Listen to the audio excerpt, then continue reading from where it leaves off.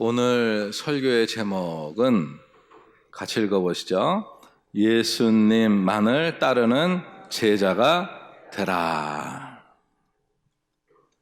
제자라고 하는 말은 마데테스라고 하는데, 어떤 사람이 한 사람에게 밑에 들어가서 내가 당신에게 배우겠습니다. 당신이 가진 기술, 당신이 가진 사상, 내가 볼 때 당신은 내가 배울 것이 있어서 내가 당신 밑에 들어가서 당신의 것을 그대로 내가 흡수하겠습니다 라고 하는 자를 마데테스, 제자라고 합니다. 구약에서는 이 예레미야에서 이 제자라고 하는 말이 3번 나오고요, 신약에서는 복음서와 사도행전에서 264회가 나옵니다. 특별히 유대인들 중에서는 예수님께서 이제 이스라엘 유대인 중에 오셨으니까 예수님을 지지하고, 그리고 예수의 무리에 가담하고, 그리고 예수를 따랐던 사람들을 특별히 제자라고 했고, 그 제자의 무리들, 그리고 특별히 그 중에서도 12명의 제자는 특별 제자였어요. 그래서 그들을 늘 주님 곁에서 주님과 함께 동행했던 그들을 사도라고 부르기도 합니다. 이랬던 제자라고 하는 용어가 사도행전에 오면서는 예수님을 나의 구원자다, 예수님이 십자가에 죽으신 사건은 나를 위한 사건입니다, 내가 복음을 들어보니까 그게 맞네요, 예수님을 나의 구주로 영접합니다 하는 모든 사람들을 다 예수님의 제자라고 불렀습니다. 그들을 그리스도인이라고 했고, 그들을 우리 믿음의 형제 자매다라고 불렀습니다. 이 말씀을 성경에서 읽다가 제 가슴에 손을 대고 그렇게 자문자답하는 거예요.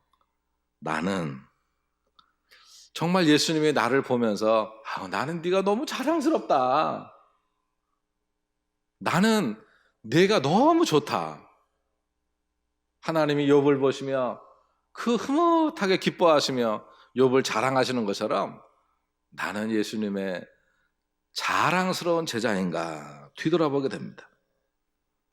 이런 우리에게 주님이 주시는 3가지 음성이에요. 첫 번째 읽어봅니다.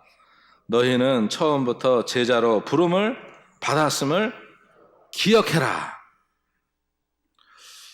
사도행전의 고백처럼 우리는 처음부터 주님이 우리를 부르셨을 때부터 우리는 예수님의 제자야. 물론 그 이제 과정이 필요합니다. 그래서 믿음의 성숙의 과정을 보면 교회에 처음 나와서 누구의 인도를 받아서, 그리고는 교회가 뭔가 무엇을 전하나 이러다가 이제 믿음이 들어가고 그 안에 예수님을 내 삶의 구주로 내가 받아들이고 고백하고, 그때부터 막 예수님을 쫓아가요. 교회에 등록을 하고 이 사람은 영월대교에 다녀, 교회 다니는 사람이에요, 교인이에요. 그 사람 속에 믿음이 들어갑니다. 그러면서 이 온 천지 만물을 지으신 분이 여호와 하나님이시래.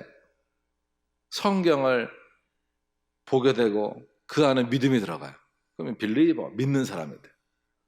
그 믿는 사람이 예수님께서 지신 그 십자가의 사건, 이 십자가의 사건이 나를 위한 사건이구나, 이제부터는 내가 예수님을 내 생애의 푯대로 삼고 살아가야지 라고 고백하면서 예수를 쫓기로 결단한 그 사람을 우리는 이제 disciple, 제자라고 하는 거예요. 우리 영월대교의 모든 성도들이 이 제자의 자리에서 더 성장하여 일꾼이 되고, 그리고 교회의 지도자로까지 성장하는 은혜가 있으시기를 축복합니다. 그래서 예수의 꽃을 피고 영혼의 열매를 맺고 사명의 열매를 맺는 복이 있으시기를 축복합니다. 제자가 되기 위해서는 몇 가지 조건이 있는데 3가지예요. 같이 해보시죠. 자기를 부인하라, 자기 십자가를 져라, 계속 예수님을 따라가라.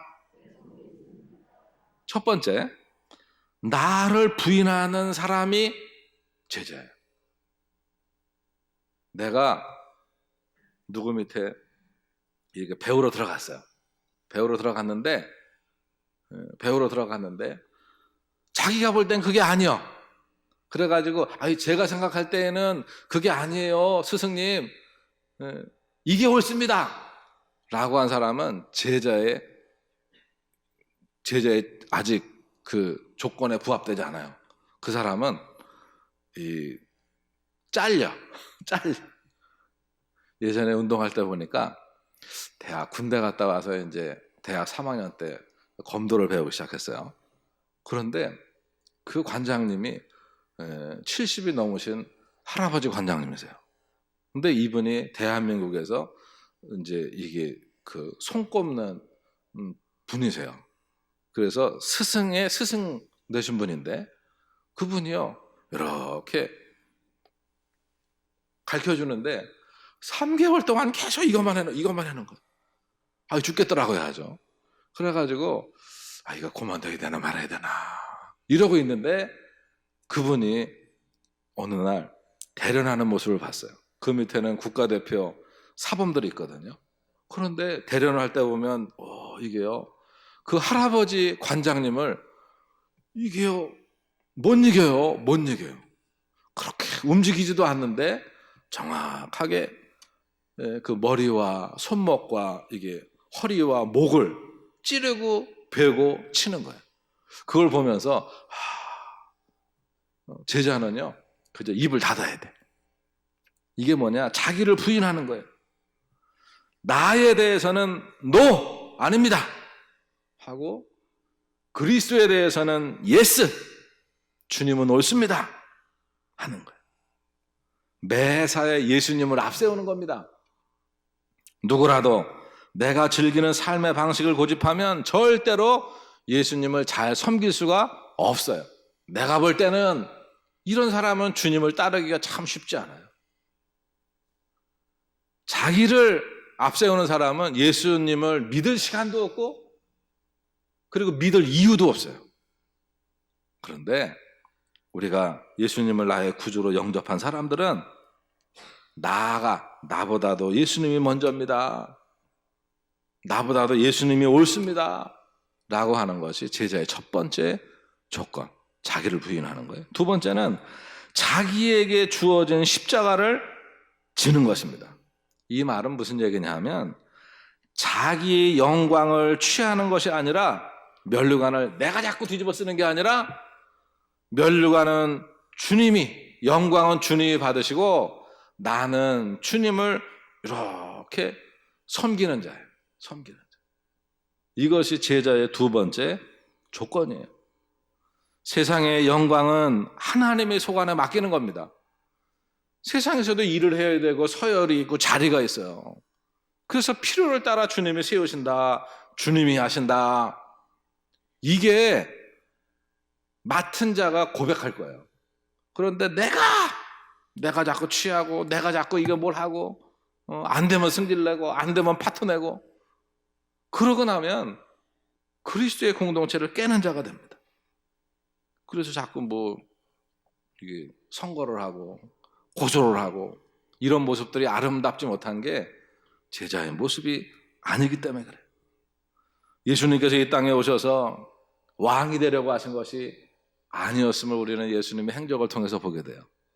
예수님이 여러 기적과 이적 가운데 사람들이 예수님께로 막 몰려듭니다. 그럴 때 예수님은 그들을 피해 가세요. 그 주님은 이 땅에 죽으시기 위해서 오셨어요. 죽으셔서 우리를 살리기 위한 것이 주님의 목적이었고 이루신 겁니다. 세 번째, 제자의 모습은 계속 예수님을 쫓아가는 거예요. 계속.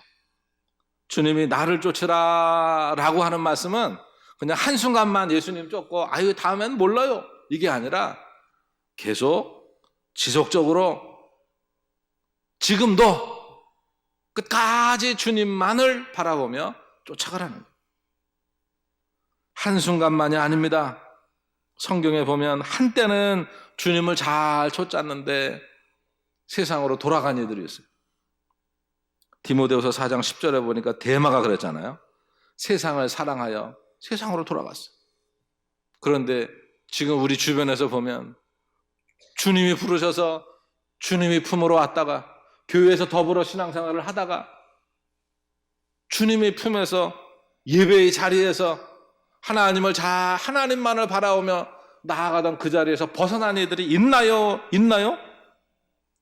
데마의 후손들이 있거든요. 그래서 우리들의 신앙을 내가 잘 지켜야 돼요. 잘 지켜야 돼요. 그래서 우리는요, 끝까지 예수 잘 믿읍시다. 이게요, 예수를 잘 믿어야 돼요. 이거는 직분과 상관이 없어요. 신앙의 연조가 오래될수록 더 예수를 잘 믿기 위해서 힘쓰고 애쓰는 겁니다. 주님은 우리에게 이렇게 말씀하시거든요. 같이 읽어보십니다. 나는 너희가 자랑스러운 하나님의 자녀요 예수 그리스도의 제자들이 되기를 원한다. 너희들을 통해서 이 땅에 그리스도 나의 뜻이 펼쳐지기를 원한다 하는 것이 제자된 우리에게 향하신 주님의 음성입니다. 예수님은 사람들을 제자로 부르셨어요. 그리고 나서 우리에게 짐을 지워주시는데 그 짐은 무슨 짐이냐? 철저한 헌신입니다. 헌신. 주님이 저는 이게 헌신이라는 얘기를 들으면 늘 집에서 어려서 이렇게 부리던 소가 생각이 나요. 지금은 이렇게 일소로 안 쓰잖아요. 그래서 일소가 아니기 때문에 굳이 콧드레를 안 합니다. 그래서 그냥 얼른 먹고 사냐, 얼른 커라 비유구예요. 자꾸 이렇게 먹이고 키우는 이유가 뭐예요? 잡아먹는 거죠. 먹는 거예요. 근데 일소는 조금 다르더라고요. 아버지가 장에서 이제 소를 교체할 때가 돼서 소를 사왔어요. 근데 꼭 보면 왜 본인하고 집에 있는 짐승은요, 주인하고 꼭 닮았어요. 성격이나 이제 이게 생긴 모양이나. 하여튼 그 소를 데리고 와서 일을 가르칩니다. 수레바퀴에다가 타이어에다가 돌을 얹어놓고, 그리고는 동네를 몇 바퀴를 한 일주일 동안은 도시는 것 같아요. 이랴 하면은 가야 되고, 워 하면 서야 되고, 툭툭 치면 가야 되고, 또 툭툭 치면 또 서야 되고, 이러면서 주인과 교감을 해야 돼요. 교감을. 그 과정을 거쳐서 마차도 끌고요, 밭도 갈고요, 썰어질도 하고요. 이게요, 주인이 쓰기 위해서 콧드라를 꿰고 일을 가르치고 일을 하는 거예요. 제자는요, 이렇게 일꾼이에요. 일꾼. 주님의 영광을 위한 사명이 있는 자입니다. 제자는 자기를 부인하고 자기 십자가를 지고 목숨을 잃을 각오를 하고 스승을 쫓아가는 거예요. 그러면 어느새 시간이 지나면서 비슷해집니다. 똑같아집니다. 그리고는 스승이 이제는 하산하거라. 이제는 내가 가르칠 걸 다 가르쳤다. 그러면 스승을 넘어서는 거예요. 주님이 우리에게 말씀하신 것처럼 내가 너희를 떠나면 내가 하던 일보다도 더 큰 일을 할 거야. 오래 할 거야. 기쁨으로 감당하고 그리고 누리면서 승리해라 말씀하셨잖아요. 제자는 대단한 기술이나 지식이 없어도 땅 끝까지 나아가서 복음을 전해라 하는 주님의 말씀을 나에게 주신 최고의 명령으로 알고, 그리고 나 자신을 하나님의 영광을 위해서 드리는 사람입니다. 이 제자들을 보고, 제자된 우리들을 보고 세상은 예수님이 어떻구나라고 판단하는 겁니다. 현대인들은 어느 종교가 옳은지, 이게 지난번에 코로나 때문에 신천지가 어떻고 그러면 다 신천지 나쁜 놈이라고 막 그랬어요. 그랬는데 조금 지나니까 사람들은 잊어먹어. 신천지가 뭔지, 기존 교회하고 뭐가 다른지, 다른 이단들이 어떻게 다른지 몰라요. 그들은 다만 그 성도들이 그들이 밖에 드러나는 모습을 보면서 저기는 좋은데요. 아유, 저기는 뭐 좀 이상한데요. 뭐 그렇게 판단을 하는 거예요. 그래서 이단들도 그렇게 세상에 막 선한 일들을 하기 위해서 자기들을 이렇게 막 포장하는 이유가 그거예요. 보세요. 우리는 무엇이 더 옳은가? 무엇이 더 바른가? 이게 더 중요해요. 그런데 세상은 그거를 못 본다니까요. 그러면서 뭘 보냐? 우리들을 보는 거예요, 우리들. 바울은 말합니다. 우리들은 그리스도의 편지래요. 우리들을 통해서 예수님이 어떤 분인지를 세상은 본다는 겁니다. 우리 삶에 나타나는 실제적인 변화를 통해서 야, 저 사람이 교회 다니더니 이렇게 변화됐네? 이렇게 좋아졌네? 이렇게 저의 삶이 펴졌네? 저의 삶이 저렇게 행복하네? 저 사람이 이렇게 기쁘네? 그렇죠. 우리가 그리스도인으로서 이 땅에 잘 살아가시길 축복합니다. 내가 내 집안을 내 집안의 전도의 문을 열 수도 있고 닫을 수도 있는 거예요. 그래서 명절에 참 잘하셔야 돼요. 안 믿는 사람들이 이게 가족 중에 있으면 더 잘하셔야 되는 이유가 있어요. 믿음이 단단하게 선 이들이 좋은 모습들을 보여줘야 합니다. 그래서 속담에도 보니까 아주머니 떡도 싸야 사 먹는다라고 하는 말이 있잖아요. 비싸면 그거 누가 사겠어요? 한 번은 가도 두 번은 누가 가겠습니까? 그것처럼 우리들은 세상에 좋은 모습, 식당은 음식이 맛있어 라고 하면 가는 거잖아요. 그러면서 우리가 전해주는 예수, 그걸 보면서 사람들이 당신이 믿는 예수 나도 믿고 싶다고 하는 거거든요. 그래서 우리가 이 땅에서 주님이 처음부터 나를 제자로 부르셨다, 나는 그리스도의 편지다 라고 하는 사명감을 가지시길 바랍니다. 두 번째 주님의 음성은요, 같이 봅니다. 제자여, 군중의 자리에서 예수에게로 한 걸음 더 가까이 다가오라 말씀합니다. 군중과 제자의 차이는 뭘까요? 오병이어와 칠병이어의 기적 이후에, 그리고 여러 사람들이 막 예수님을 막 따라와요. 한번 모이면 막 5,000명, 남자만 5,000명이니까 한 2만여 명 사람 되는 것 같아요. 수만 명이 예수님을 막 쫓아와요. 그런데 군중은요, 정말 좋을 때는 팬의 마음을 가지고 막 이게요, 좋다고 표현을 하고 무리지어 행동을 해서 좋은 일도 많이 합니다. 막 요즘은 팬층이 막 여러 가지 막 구호 사업이나 이런 것도 많이 해요. 그런데 군중은 저녁이 되면 다 집으로 돌아가거든요. 그리고 자기하고 조금 좋다고 그러다가 안 맞으면 휙 돌아서 가지고 비판의 칼날을 막 가합니다. 이게 팬이에요. 이게 군중이에요. 그런데 제자는 군중보다 한 걸음 더 가까이 다가와서 생활을 합니다. 저녁이 돼도 안 갑니다. 스승을 떠나지 않아요. 궁금한 건 물어봐요. 그래서 바로바로 해결을 해요. 자기하고 안 맞아도 더 큰 뜻이 있지 하고 자기를 거기 스승에게 맞추며 쫓아갑니다. 그래서 어느새 이랬던 사람이 레슨을 받으면 올라가는 거예요. 레슨을 받으면 또 올라가는 거예요. 성장한다고 하는 겁니다. 예수님은 우리를 제자로 부르셨습니다. 그래서 우리에게서 예수님의 향기가 나기를 축복합니다. 성경에 보니까 예수님의 누가 제자라고 했냐? 기본적으로는 12제자고요. 70명의 전도자가 있고요. 예수님을 따랐던 사람들이 있고요. 아리마다 요셉도 저가 예수님의 제자라 성경이 고백하거든요. 고침받은 소경이나 그리고 그리스도를 구주로 믿는 사람들, 이런 사람들에 대해서 처음부터도 이들이 주님을 믿기로 작정을 했을 때 사람들의 고백은 저는 예수의 제자라 말을 합니다. 특별히 사도행전에서는 그냥 예수를 믿는 그 순간부터 그들을 그리스도의 제자라고 했고, 그리고 그들을 믿음의 형제 자매라고 했거든요. 그래서 우리가 예수님의 제자로서 승리하시기를 축복합니다. 예수님께서 우리를 제자로 삼으신 목적이 있어요. 성경에 보니까 몇 가지 목적을 찾아보면 첫 번째는요, 한번 말씀을 읽어볼까요? 마가복음 1장 17절입니다. 같이 봅니다. 예수께서 이르시되 나를 따라오라, 내가 너희를 사람을 낚는 어부가 되게 하리라. 우리들은요, 사람을 세상에서 하나님의 품으로 이렇게 낚아서 위치를 옮기는 거예요. 그리고 이 어두움 속에서 하나님의 빛으로 낚아서 옮기는 거예요. 요즘에 미국에 막 불이 많이 나는데, 불이 나가지고 막 다 타 죽게 생긴 그 가운데서 구조해서 안전한 곳으로 옮기는 거예요. 이게 사람을 낚는 어부된 우리들의 모습입니다.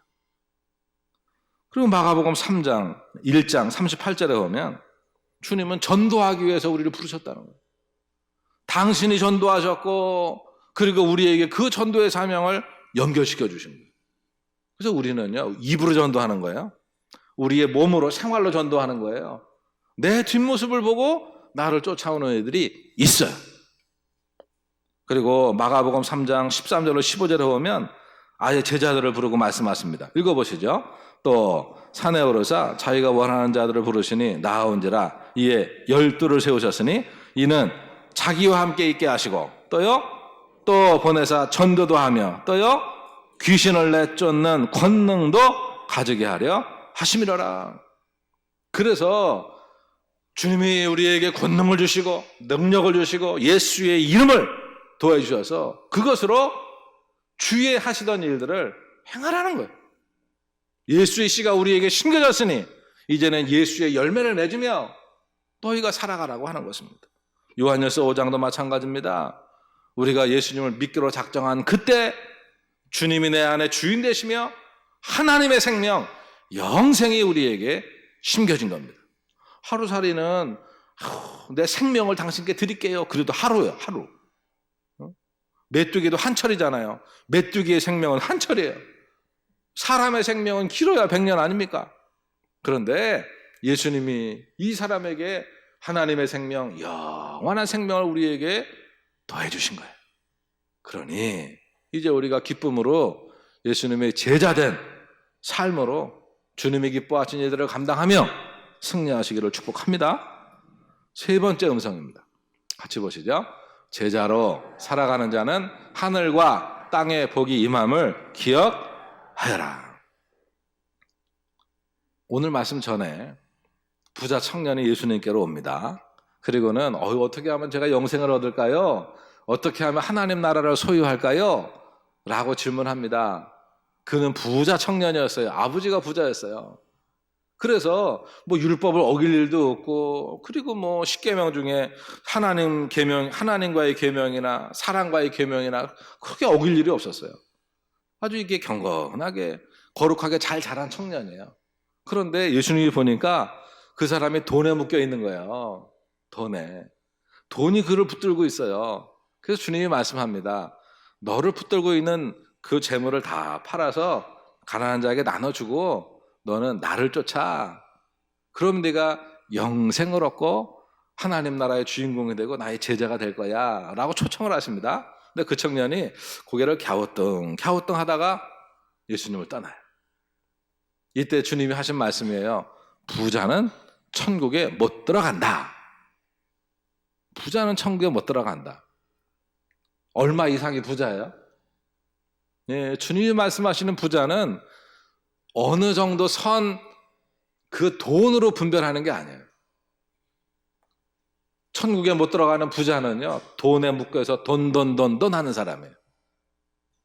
돈에 묶여서 예배 못 드리고, 돈에 묶여서 주의 일 하지 못하고, 돈에 묶여서 제자의 사명 감당하지 못하고, 주님이 초청하는데 돈 때문에 그 일을 못하는 사람, 그 사람이 거기에 묶여 사는 사람이에요.